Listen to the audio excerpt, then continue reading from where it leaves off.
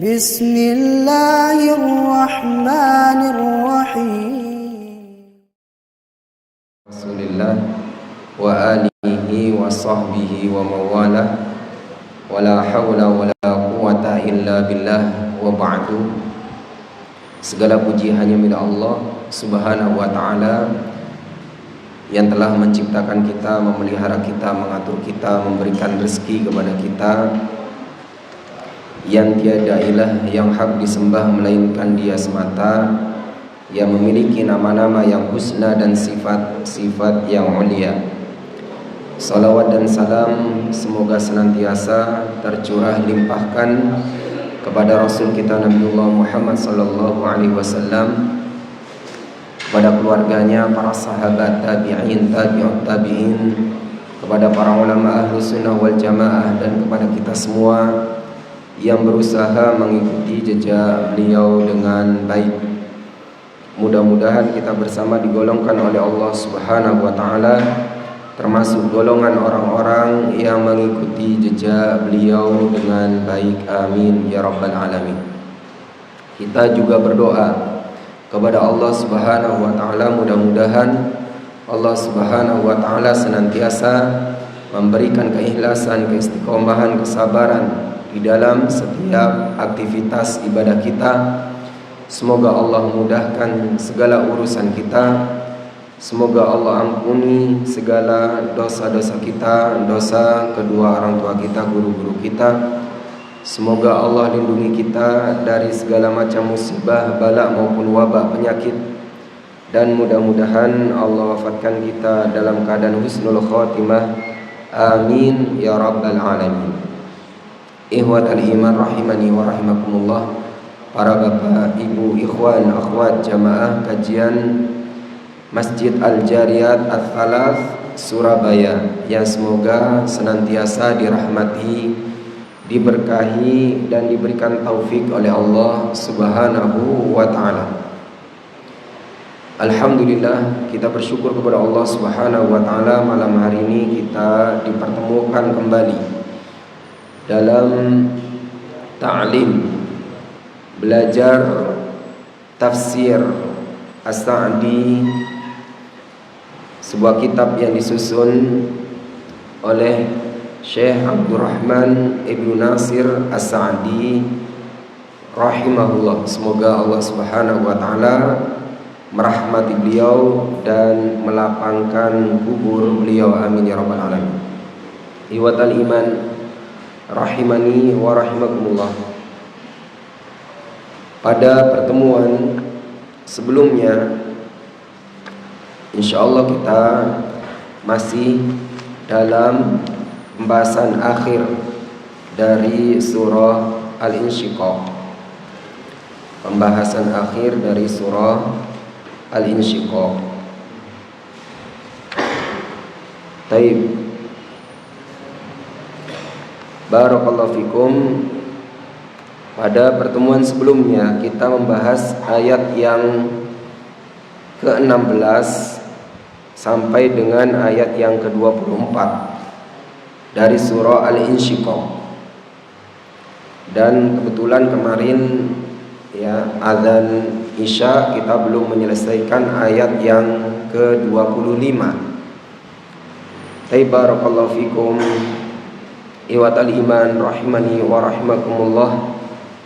Pada pertemuan sebelumnya, fala uqsimu bisyafaqah, maka sesungguhnya aku bersumpah dengan asyafaqah, yaitu waktu senja, cahaya merah di waktu senja, wal laili wa ma wasaqa, dan dengan malam yang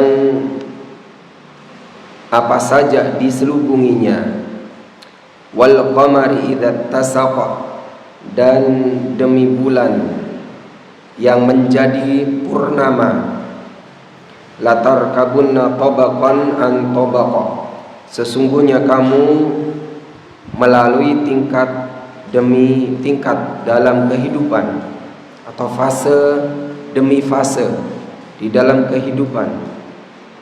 Fama lahum la yu'minun, maka mengapa mereka tidak mau beriman? Wa idza quri'a 'alaihimul qur'anu la yasjudun, dan ketika dibacakan kepada mereka Al-Qur'an, mereka tidak mau tunduk.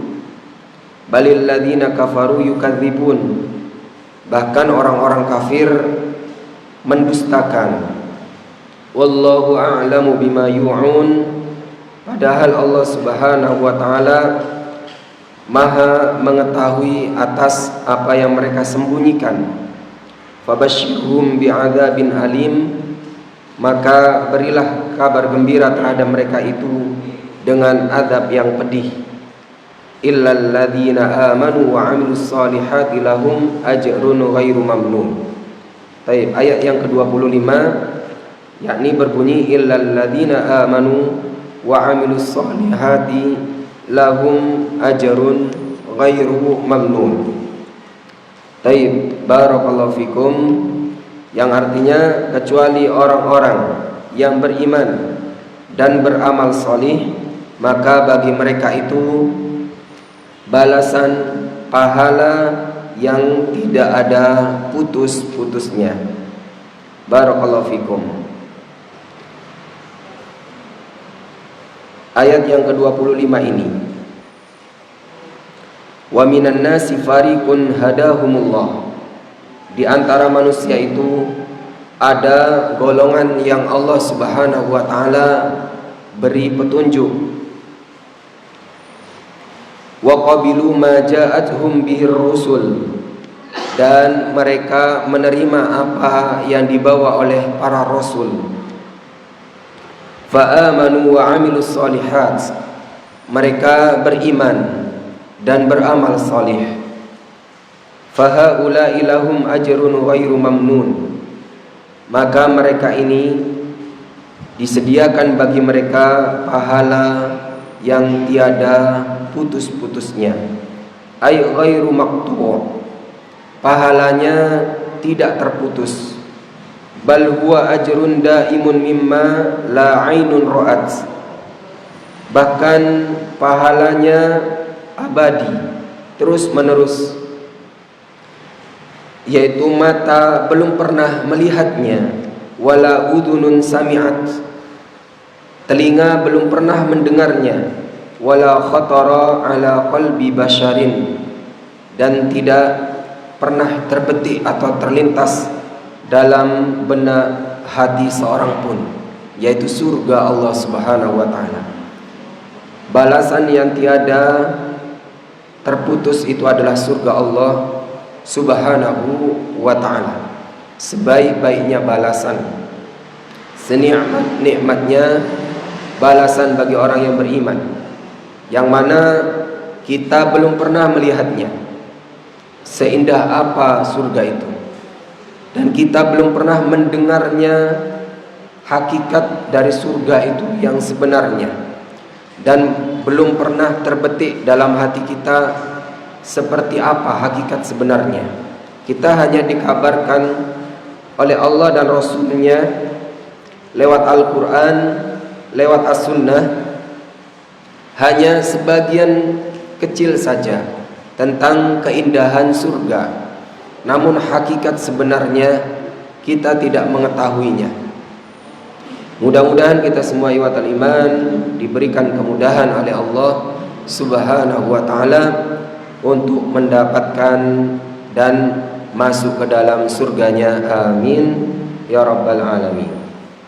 Ikhwatal iman rahimani wa rahimakumullah, kita akan lanjutkan pada surah berikutnya. Silakan dibuka surah Al-Insyiqaq. Surah Al-Mutaffifin, afwan. Surah Al-Mutaffifin.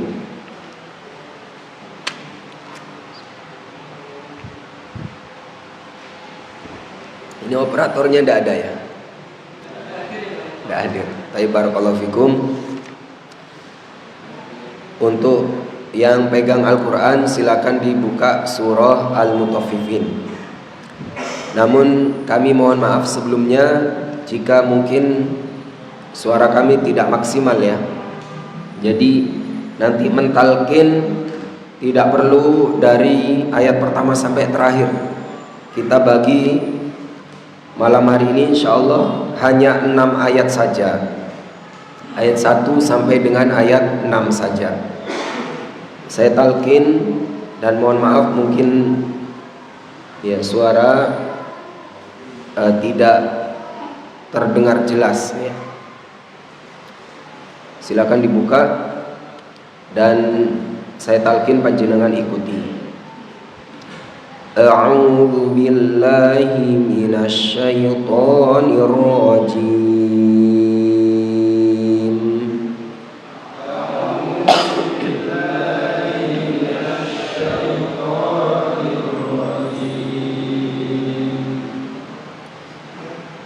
Bismillahirrahmanirrahim.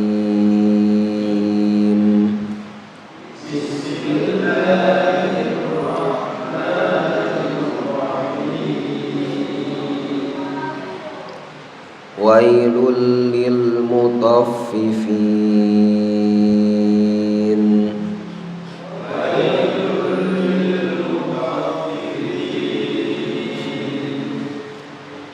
Alladzina idza iktalu 'alan nasi yastawfun.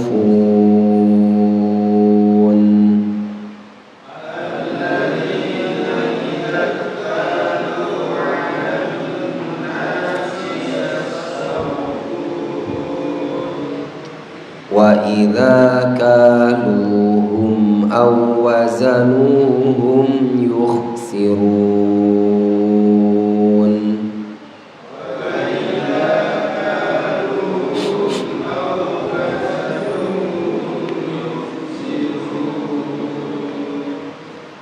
Ala yadhunnu ulaika annahum mab'utsun.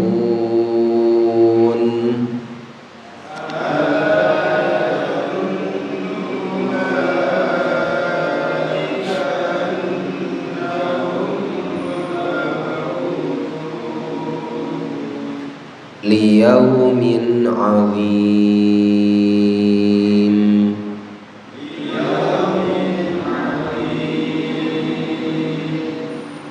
Yauma yaqumun nasu lirabbil alamin.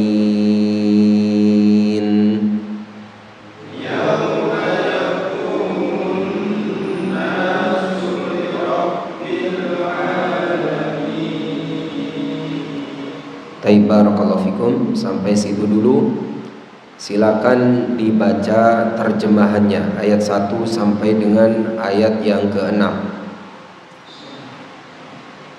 Kecelakaan besarlah bagi orang-orang yang curang, yaitu orang-orang yang apabila menerima takaran dari orang lain, mereka minta dipenuhi, dan apabila mereka menakar atau menimbang untuk orang lain, mereka mengurangi. Tidaklah orang-orang itu menyangka bahwa sesungguhnya mereka akan dibangkitkan pada suatu hari yang besar, yaitu hari ketika manusia berdiri menghadap Tuhan semesta alam. Baik, barakallahu fikum. Surah Al-Mutaffifin. Surah Al-Mutaffifin artinya adalah orang-orang yang mengurangi timbangan atau takaran. Surah ini adalah surah ke-83 dalam urutan surah-surah di dalam Al-Quran. Jumlah ayatnya ada 36 ayat. Asbabun nuzulnya atau sebab turunnya surah ini sebagaimana disebutkan oleh Ibnu Katsir di dalam tafsirnya beliau, bahwasanya ketika Nabi Shallallahu Alaihi Wasallam berhijrah dari kota Mekkah ke kota Madinah, beliau menyaksikan penduduk Madinah itu memiliki perilaku yang buruk dalam masalah mentakar dan menimbang. Apa kesalahannya mereka atau keburukan mereka dalam masalah timbang menimbang atau takar menakar? Jika mereka yang membeli barang, mereka ingin takarannya sempurna dan pas. Sebaliknya, akan tetapi ketika menjual barang, mereka justru mengurangi takarannya. Dan praktik ini terjadi sebelum Nabi Shallallahu Alaihi Wasallam datang ke kota Madinah. Ketika Nabi datang ke kota Madinah, Nabi menyaksikan, dan Allah turunkan surah ini sebagai peringatan dan sebagai larangan dari perbuatan curang di dalam takar menakar dan timbang menimbang. Ikhwatal iman rahimani wa rahimakumullah. Tidak ada surat di dalam Al-Quran yang dibuka dengan kata wailun kecuali hanya pada 2 surat saja.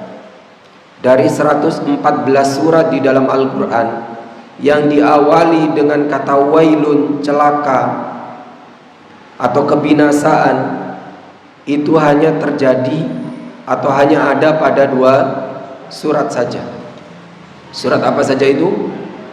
Al-Humazah, yaitu wailul likulli humazatil lumazah, dan surah Al-Mutaffifin, yaitu wailul lil mutaffifin, menunjukkan akan besarnya kecelakaan dalam masalah yang disebutkan dalam 2 surat tersebut.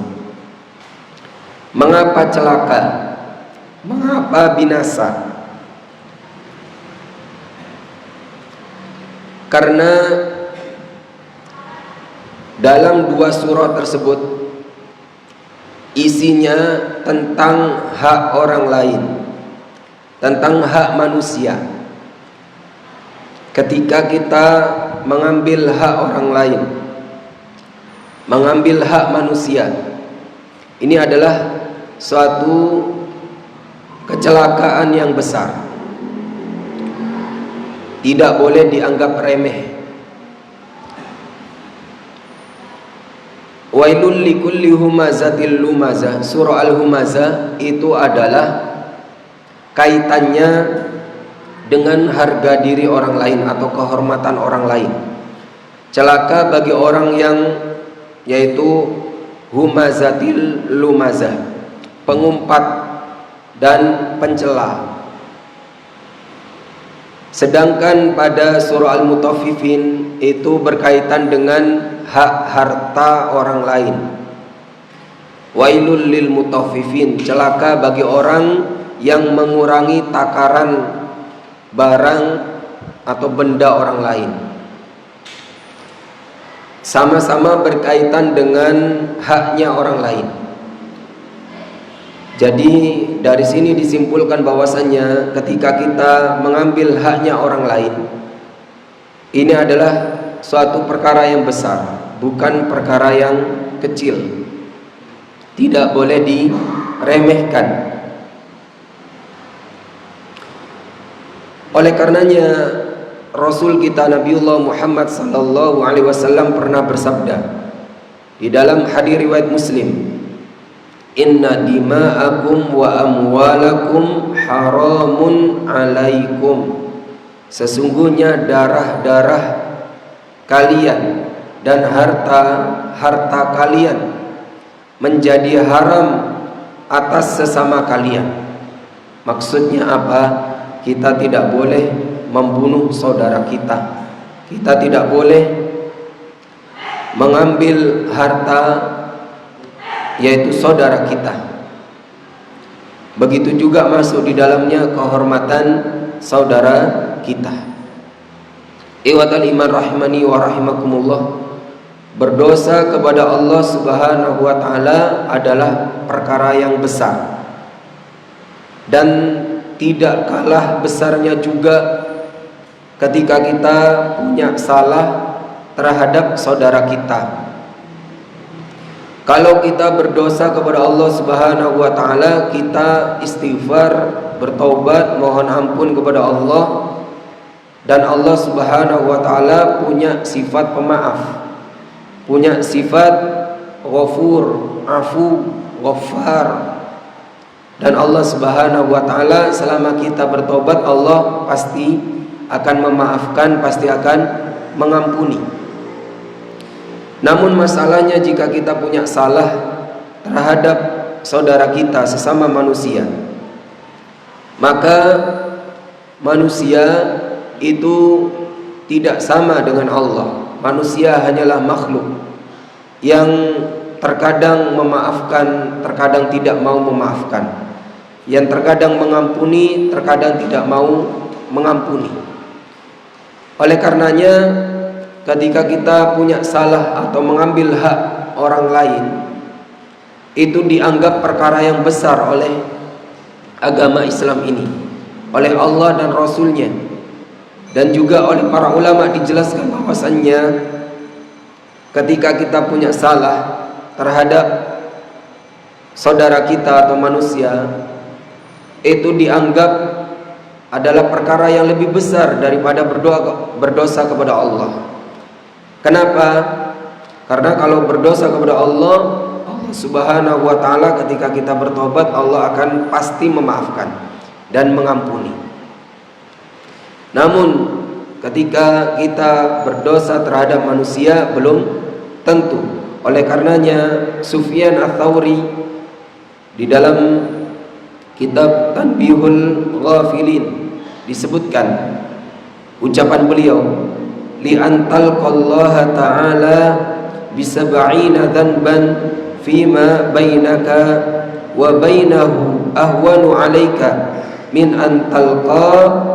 antalqahu bidhanbin wahidin fima bainaka wa bainal ibad.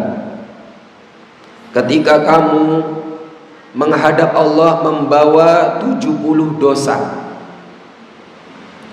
yang itu adalah dosamu terhadap Allah, itu lebih ringan bagimu dibandingkan kamu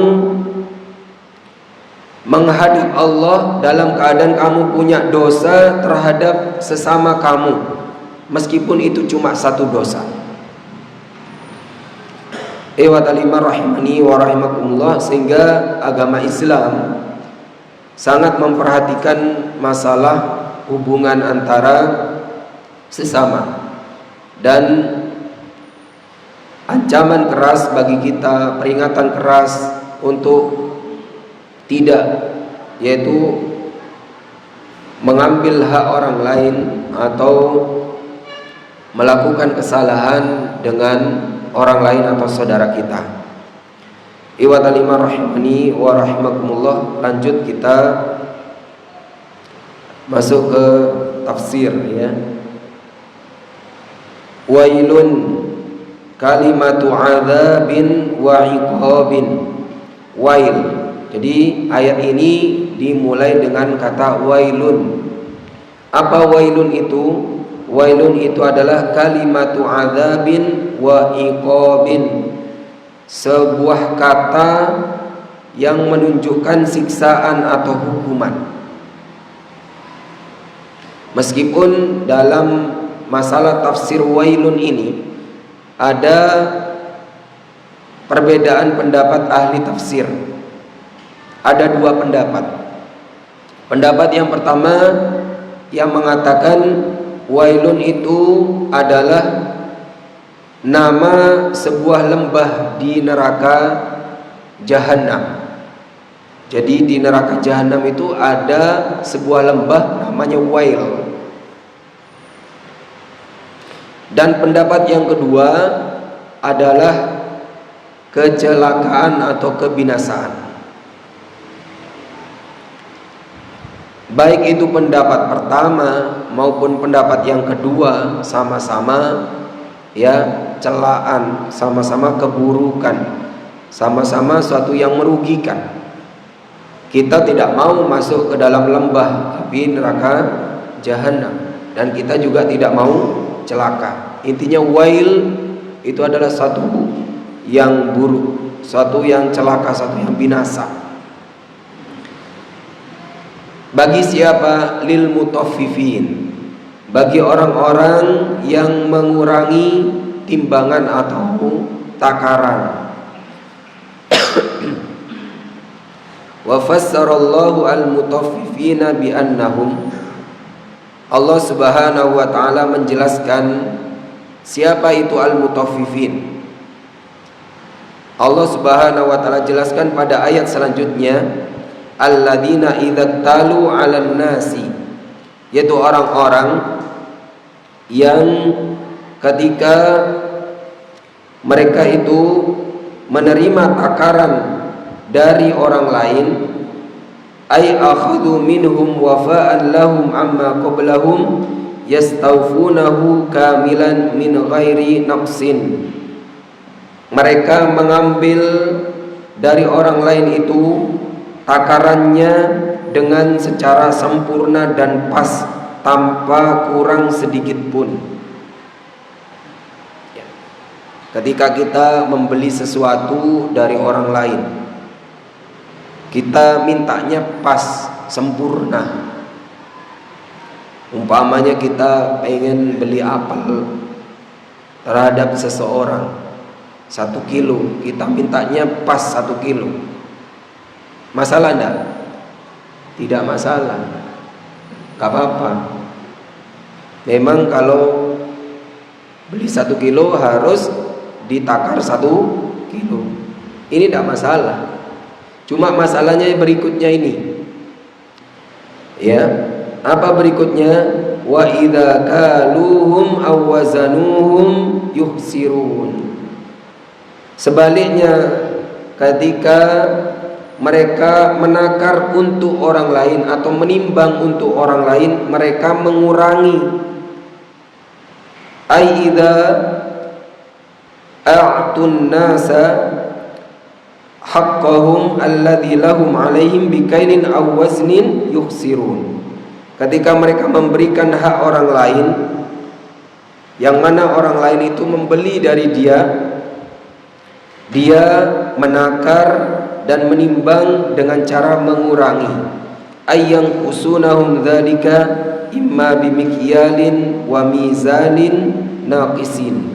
Mereka mengurangi takarannya dan timbangannya. Au bi adami mil'il mikyali wal mizan, atau mereka tidak memenuhi takaran yang pas dan timbangan yang pas.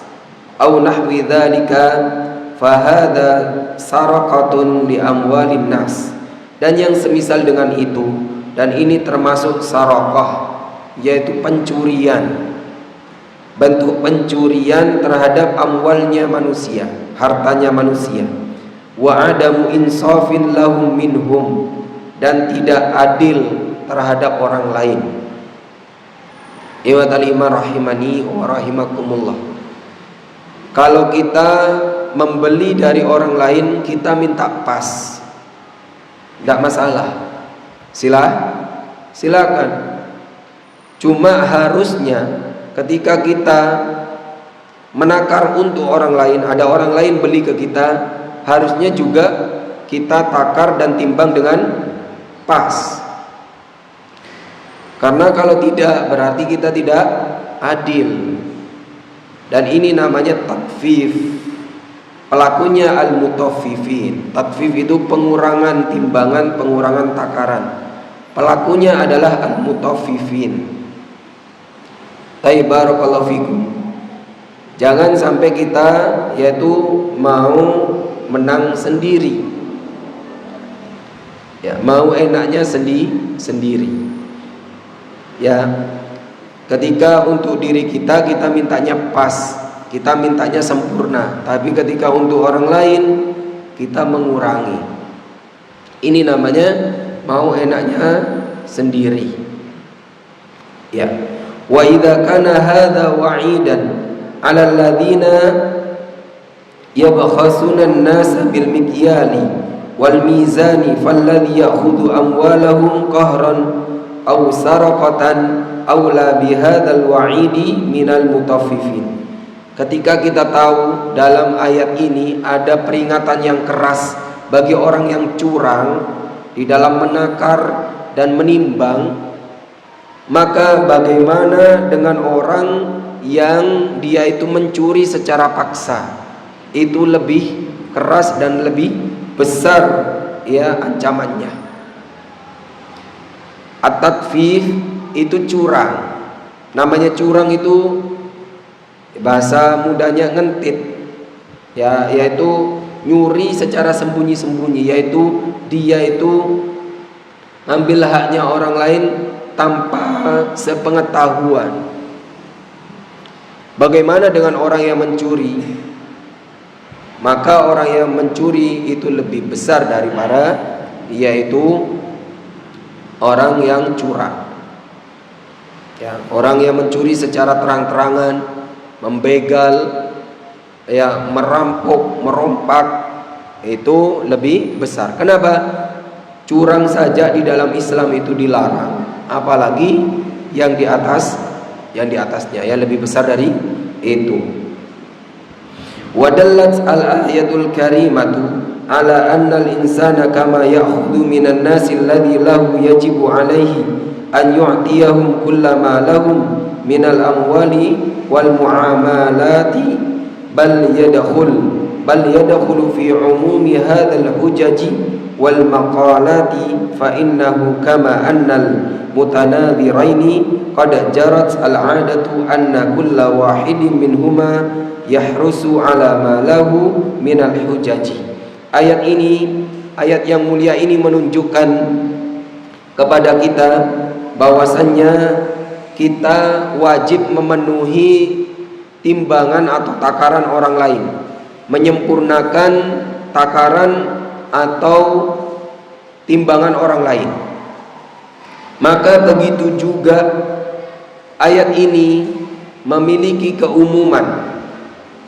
Hendaknya kita memenuhi pendapat dan hujahnya orang lain, yaitu ketika kita berbeda pendapat, ketika kita punya hujah yang berbeda dengan orang lain, yang mana annal mutanadhiraini qad jarat al-'adah, biasanya orang yang berbeda pendapat itu anna kulla wahidin minhuma yahrusu ala ma lahu minal hujaj, setiap dari keduanya pasti menginginkan pendapatnya lah yang benar dan lebih diterima.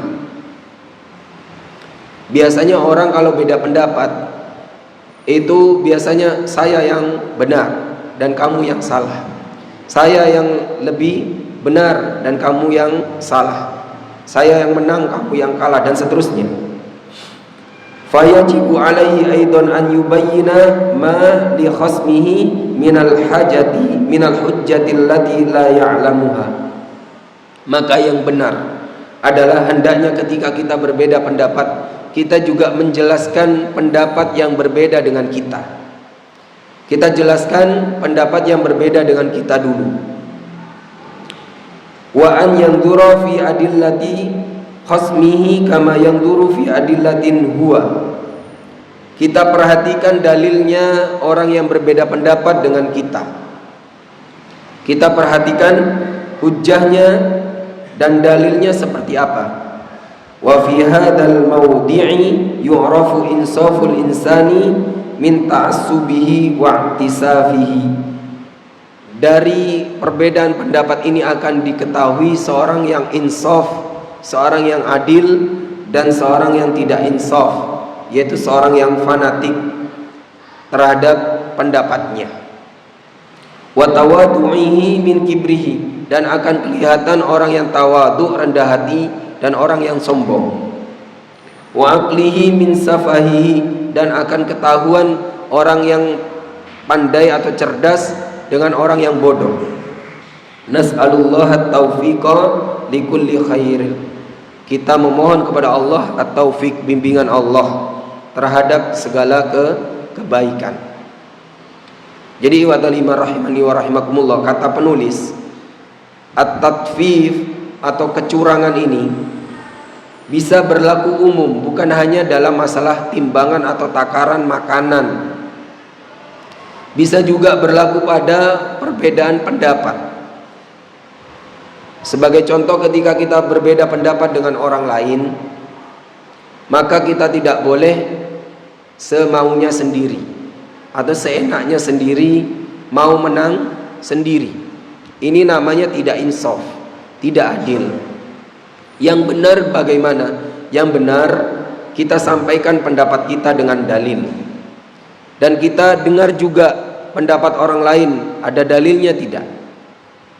Baru ketika sama-sama menyampaikan hujahnya, lalu kita timbang mana yang lebih mendekati kepada kebenaran, mana yang dia menggunakan dalil, mana yang tidak, mana yang ada dalilnya, mana yang tidak. Kalau ada dalilnya kita terima, kalau tidak ada dalilnya kita tidak terima. Kalau itu perkara ijtihadiyah, maka kita sampaikan dua-duanya pendapat tersebut sebagai bentuk insaf. Jadi wa talima rahimani wa rahimakumullah, di dalam perbedaan pendapat juga kita tidak boleh tatfif. Kita ahlu sunnah wal jamaah itu pertengahan. Di dalam masalah perbedaan pendapat juga kita harus adil, sehingga harus disampaikan juga, yaitu alasan dari lawan pendapat kita atau orang yang berbeda pendapat dengan kita. Lalu kita timbang dan baru kita yaitu simpulkan, kita memilih salah satunya, silahkan. Jadi tidak boleh langsung kita menjustis. Iwatalimah rahimani wa rahimakumullah, kata para ulama, ada 5, sedikitnya ada 5 bentuk-bentuk lain dari mengurangi timbangan.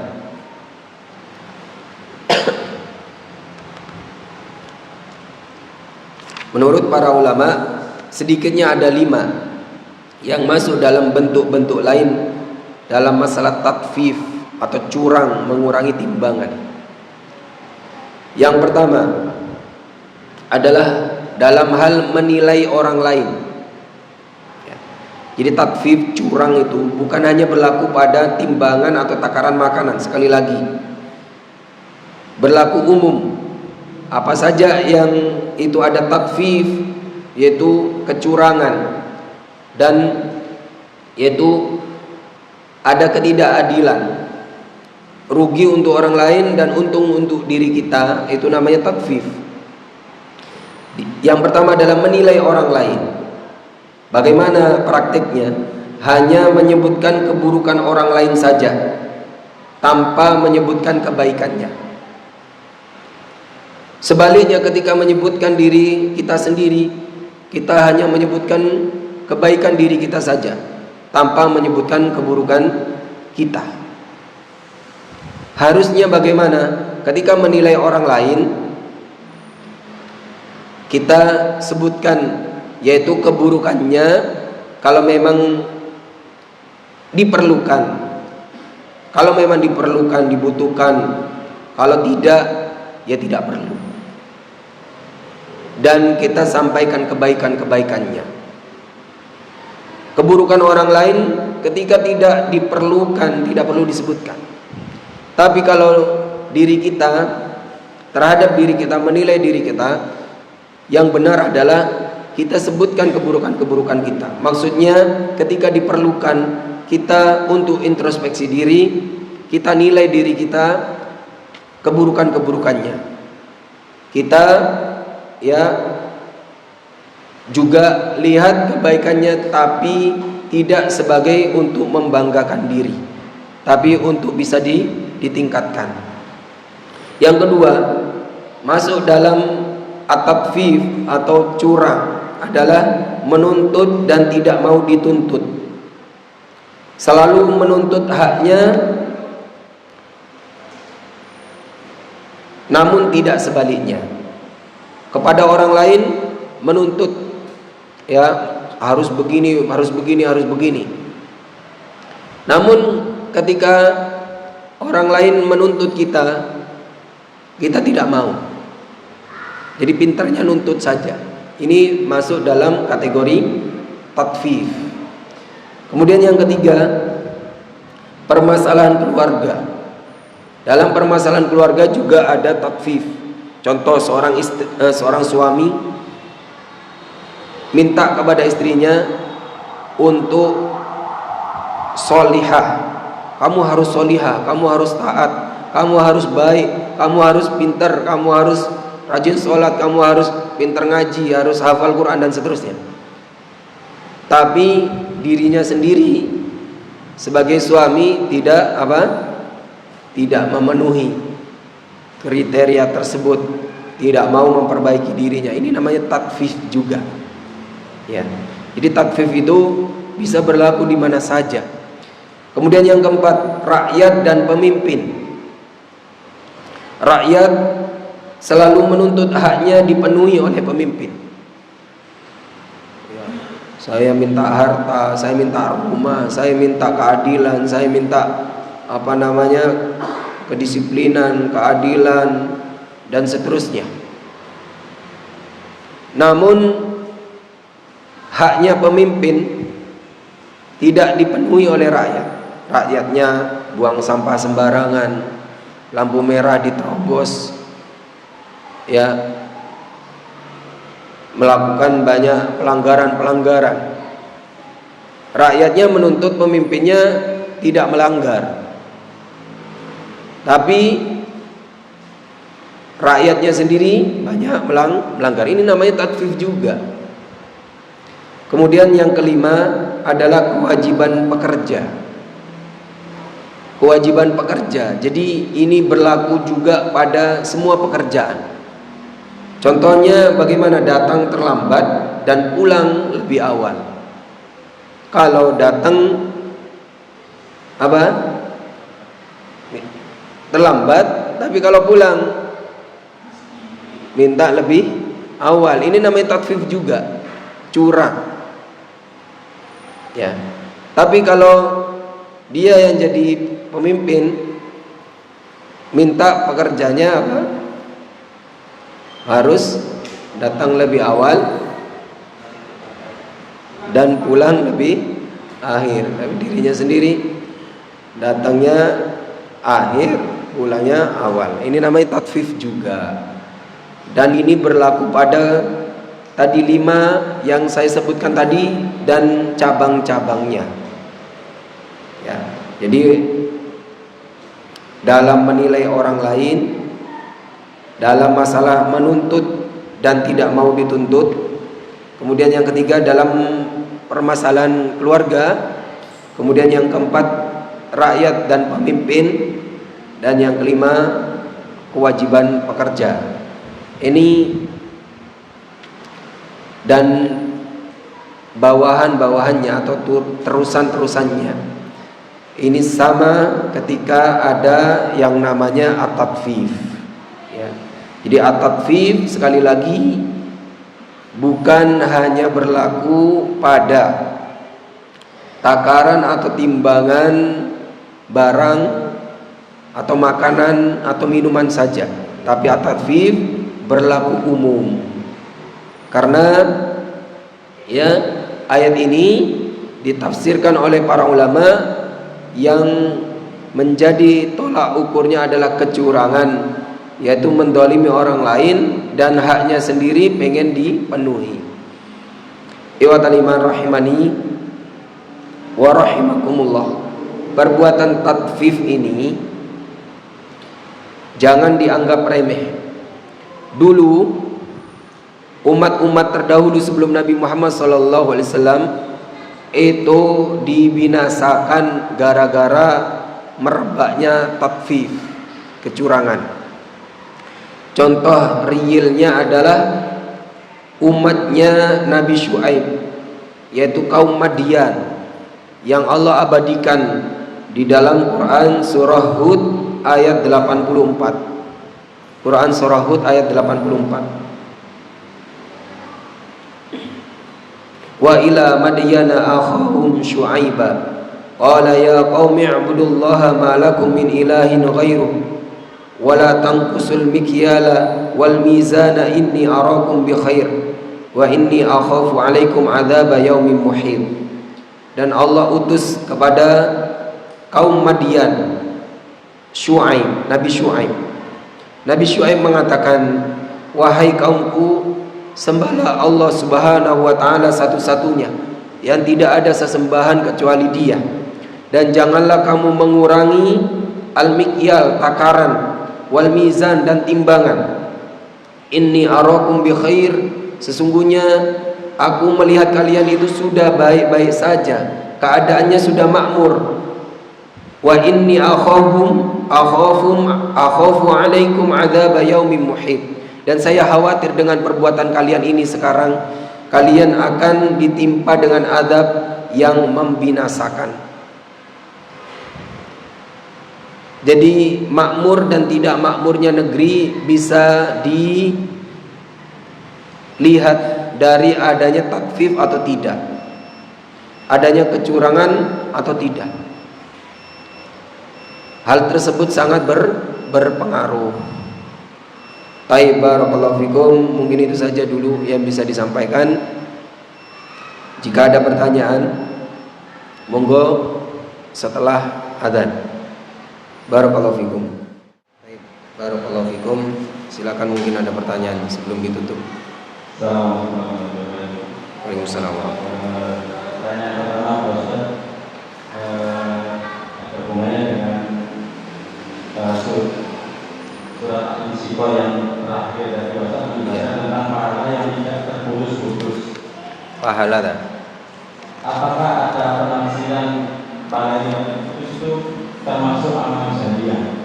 Tadi Pak Ustaz kan menerangkan surga, ya, pahala di surga. Terus untuk yang kedua tentang peringatan keras dari Allah Subhanahu wa taala, itu Bapak menerangkan bahwa ada dua surat, Al-Humazah dan Mutaffifin, mencela orang lain dan orang-orang yang berbuat curang. Yang saya tanyakan, kenapa peringatan keras dari Allah itu tidak termasuk dosa besar? Padahal Pak Ustaz tadi menerangkan cuma dua surat ini yang Allah memberi peringatan sangat keras. Jazakumullah khairan. Baik, barakallahu fikum. Nah, pertanyaan yang pertama berkenaan dengan yaitu tafsir dari ayat yang terakhir, ayat yang ke-25 dari surah Al-Insyiqaq yang bunyinya illal ladzina amanu wa 'amilus solihati lahum ajrun ghairu mamnun, kecuali orang-orang yang beriman dan beramal solih, maka bagi mereka itu balasan atau pahala yang tidak ada putus-putusnya. Taib, barakallahu fikum. Oleh Syekh As-Sa'di ditafsirkan dalam tafsir As-Sa'di ini, ay ghairu maqtu'in bal huwa ajrun daimun mimma la 'ainun ra'at wa la udhunun sami'at wa la khatara ala qalbi basyarin. Pahala yang tidak ada putus-putusnya maksudnya adalah senantiasa abadi terus menerus, yaitu surga yang tidak pernah mata melihatnya dan telinga tidak pernah mendengarnya, dan juga tidak pernah terbesit atau terbetik di dalam hati kita. Saking indahnya surga itu, tidak ada orang yang pernah melihat sebelumnya. Barakallahu fikum. Pertanyaannya, apakah ada tafsiran ghairu maktu itu adalah amal jariyah. Barakallahu fikum. Iwatal iman rahimani wa rahimakumullah. Maka amal itu memang ada yang namanya amal jariyah. Namun amal jariyah itu juga ujung-ujungnya menyebabkan seorang masuk surga. Seorang yang beramal jariyah lalu dapat pahala, maka pahalanya itu menyebabkan dia masuk surga. Jadi sebenarnya seandainya yang dimaksud dengan yaitu ghairu maktu itu adalah juga amal jariyah, maka amal jariyah itu masuk dalam cakupan sebab seseorang masuk ke dalam surga. Karena seorang masuk ke dalam surga itu banyak sebabnya, dan salah satunya adalah yaitu amal jariyah. Cuma amal jariyah itu punya keistimewaan, dia itu atau pelakunya itu ketika dia sudah meninggal, pahalanya terus mengalir kepada dia. Di antaranya adalah sedekah. Di antaranya juga adalah anak yang soleh. Di antaranya juga ilmu yang bermanfaat. Di antaranya juga air, membuat mata air, yaitu sumur. Di antaranya juga mengalirkan sungai. Di antaranya juga menanam pohon. Di antaranya juga membagikan mushaf. Di antaranya juga membangun masjid, membangun lembaga dan seterusnya untuk kemanfaatan kaum muslimin. Dan itu semua sebab-sebab seorang itu mendapatkan surga Allah. Sehingga ketika seorang itu sudah masuk ke dalam surga, maka yang dimaksud dengan ghairu mamnun, dia telah mendapatkannya.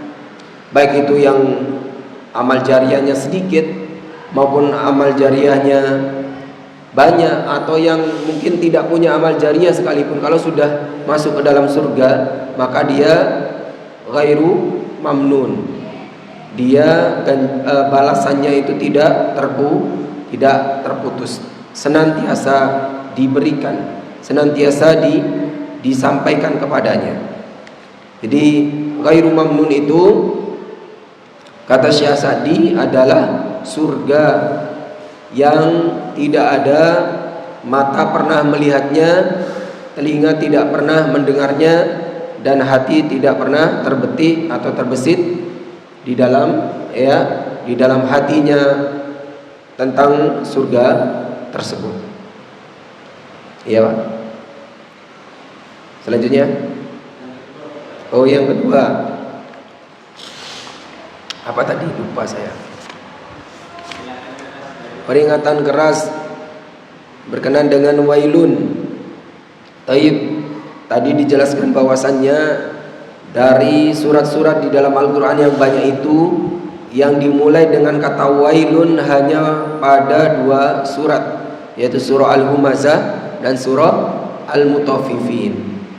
Pertanyaannya tadi, mengapa tidak dimasukkan ke dalam dosa besar? Kata siapa tidak masuk ke dalam dosa besar? At-Tatfif itu masuk dalam dosa besar. At-Tatfif itu masuk dalam dosa besar. Kenapa dimulai dengan kata wail? Ciri-ciri dosa besar salah satunya adalah dimulai dosa tersebut dengan ancaman, dengan murka, dengan ancaman neraka, dengan murka, dengan celaan dari Allah. Maka baik itu at-tatfif, curang, maupun lumazatin humazah, mencela dan mengumpat orang lain, itu termasuk dosa besar juga. Cuma perbedaannya dengan yang lainnya apa? Pada takfif dan pada lumazatin humazah itu dia telah melakukan kesalahan terhadap orang lain. Jadi ini berkenaan dengan haknya orang lain. Makanya tadi disebutkan oleh Sufyan Ats-Tsauri, kalau ada orang itu punya salah 70 dosa kepada Allah, itu masih lebih ringan daripada orang itu punya satu kesalahan terhadap sesama.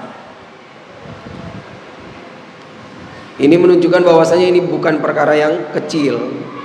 Dan baik itu tatfif maupun humazatin humaza, ini termasuk dosa besar karena dimulai dengan kata wail. Jadi ciri-ciri dosa besar itu biasanya ya, di antara cirinya dimulai dengan kata laknat dari Allah dan Rasulnya. Contoh, Allah melaknat, ya Allah dan Rasulnya melaknat ar-rashi wal murtashi. Ini menunjukkan apa? Bahwasanya menyogok dan disogok itu dosa besar. Riba, zina, membunuh itu biasanya ancamannya neraka jahanam, laknat, ya api neraka, begitu. Itu ciri-ciri dari dosa itu dosa besar. Baik, yang lainnya? Monggo.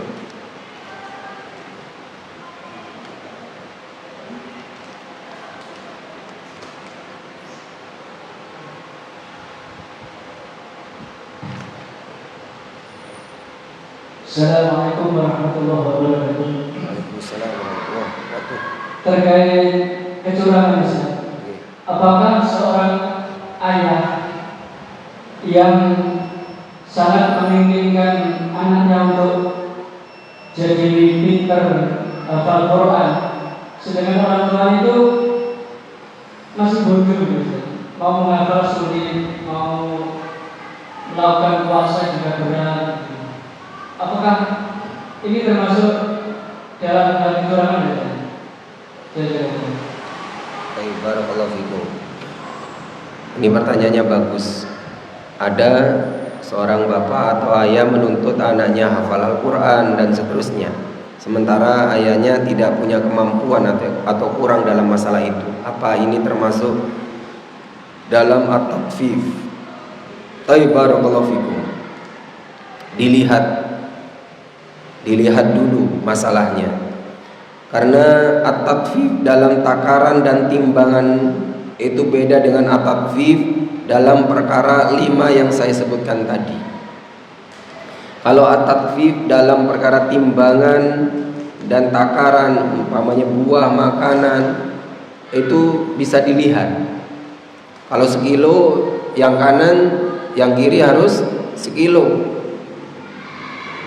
Kalau umpamanya di kanan buahnya 2 kilo, ditimbangannya juga harus 2 kilo. Begitu. Bisa dilihat oleh kasat mata, dohir. Tapi kalau yaitu keadilan dalam masalah ya 5 yang saya sebutkan tadi. Contoh, di dalam menilai orang lain, di dalam menuntut dan tidak menuntut orang lain, di dalam permasalahan keluarga, di dalam rakyat terhadap pemimpinnya, di dalam masalah kewajiban pekerja, ini tidak bisa dinilai dengan kasat mata, tapi yaitu perkiraan. Tapi dengan apa? Perkiraan. Karena tidak ada wujud secara zahirnya seorang itu dikatakan adil apa? Tidak. Maka seorang yang sudah berusaha untuk adil, maka insya Allah Subhanahu wa ta'ala akan memberikan ganjaran kepadanya dan tidak akan menghukumnya. Contoh tadi, seorang ayah itu ingin anaknya menjadi penghafal Al-Quran. Anaknya disuruh untuk menghafal Al-Quran, berusaha untuk menghafal Al-Quran. Ayahnya sudah berusaha, tapi memang tidak mampu. Ya, maka ini bukan dikatakan tatfif. Umpamanya anaknya hafal 30 juz, terus orang tuanya masih hafal setengah juz. Bukan 1 juz ya, setengah juz. Juz amma. Itu pun saya lupa-lupa. Apakah ini tatfif? Maka tidak. Kalau masalahnya yaitu orang tuanya sudah berusaha, jadi yang dilihat adalah usahanya oleh Allah. Dan menjadi takfif ketika orang tuanya hanya pintar nyuruh saja. Kamu hafal Quran ya, kamu harus taat, kamu harus sholih. Orang tuanya tidak ada usaha ya. Jadi tidak seimbang. Ini namanya takfif. Tapi kalau orang tuanya juga usaha, cuma kan beda namanya. Orang tua punya pekerjaan, orang tua punya aktivitas, orang tua mencari nafkah, orang tua waktunya sedikit, anaknya mondok. Ya wajar anaknya hafal 30 juz, orang tuanya masih hafal setengah juz, bukan setengah Al-Quran ya, setengah juz. Maka ini tidak dikatakan takfif karena dia sudah berusaha. Yang dikatakan takfif ketika orang tuanya tidak ada usahanya, pintar nyuruh saja, pintar nyuruh saja, tapi tidak diimbangi dengan dirinya memperbaiki ya dirinya. Ada lagi? Yeah.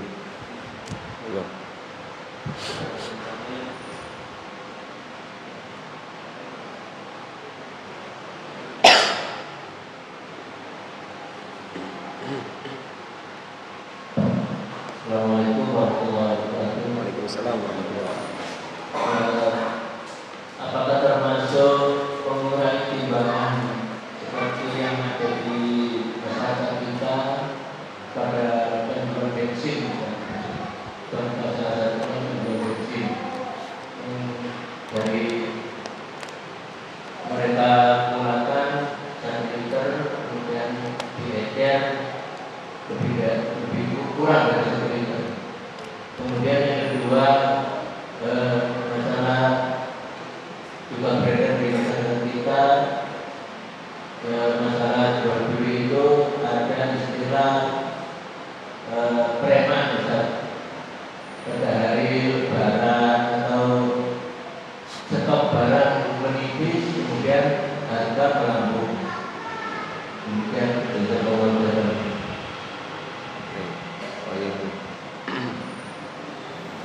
Yang pertama berkenaan dengan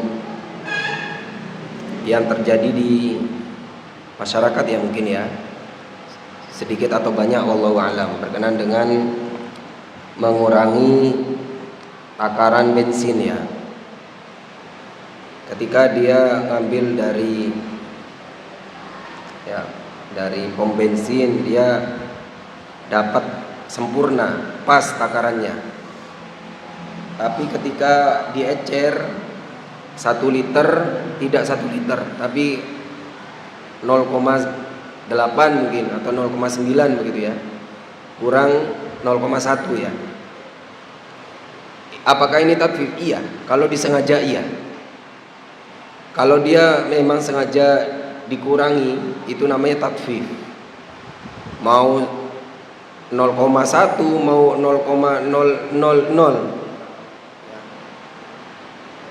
0,0 sekian, kalau disengaja itu namanya takfif.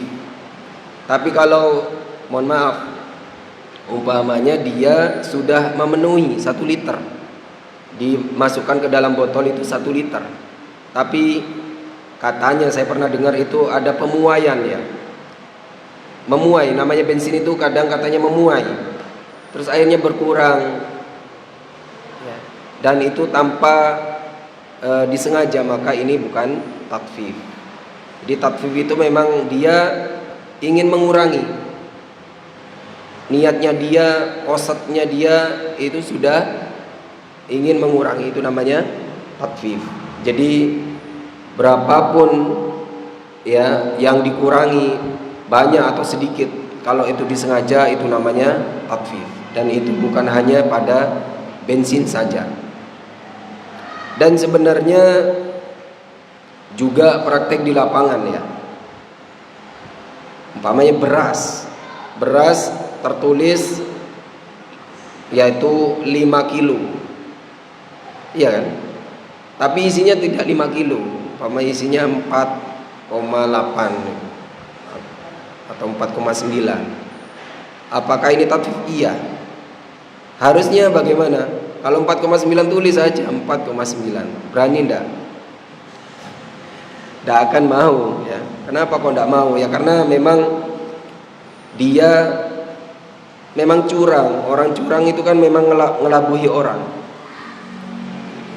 Jadi harusnya kalau dia jujur ndak perlu takut, ndak perlu malu.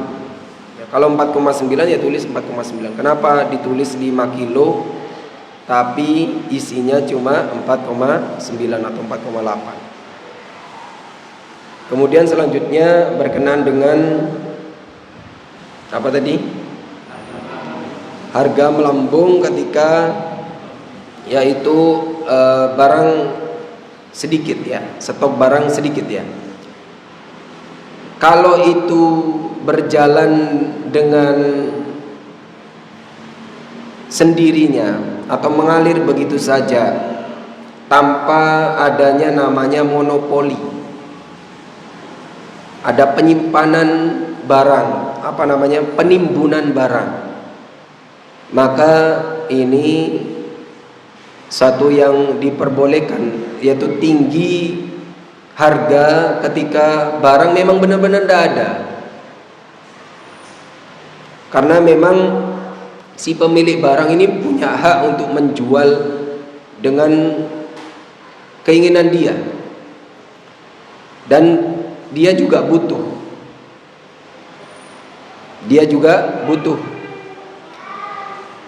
Umpamanya, mohon maaf, ini harga air ini awalnya 1.000, tapi ketika tinggal sedikit, tinggal 1 dus hanya ada di rumah jenengan boleh ndak jual jadi 3.000? Boleh saja, karena apa? Jenengan juga butuh sama air ini. Jenengan jual 2.000, 3.000 terserah. Tapi yang salah adalah ketika contoh kasusnya air ini harganya 1.000 normalnya, kemudian jenengan kendalikan pasar itu dengan cara apa? Karena jenengan umpamanya juragan besar, penyetok yang besar, jenengan simpan, jenengan timbun, jenengan simpan, aslinya ada di dalam rumah jenengan, di kamar jenengan tuh ada, lalu jenengan jual 3.000. Ini namanya yaitu mendolimi, mengambil hak orang lain. Makanya penimbunan itu di dalam Islam dilarang. Memonopoli yaitu pasar itu tidak boleh. Biar orang itu beli ke panjenengan semua, di orang lain sudah habis stoknya, minyaknya hanya di panjenengan saja. Jadi ini tidak boleh memanfaatkan apa, kesempitan seseorang atau orang lain, akhirnya dia meninggikan harga. Ini namanya mendolimi orang lain. Sudah apa istilahnya, sudah orang lain itu jatuh ketiban tangga, orang lain itu sudah susah diinjak-injak, itu namanya. Jadi kalau memang harganya itu memang berjalan begitu saja, ya krisis. Memang efek dari krisis itu kan bukan suatu yang disengaja oleh orang tertentu, sehingga harga itu naik, maka ini tidak mengapa. Yang masalah itu ketika apa? Adanya penimbunan. Taib, barakallahu fikum. Terakhir ya.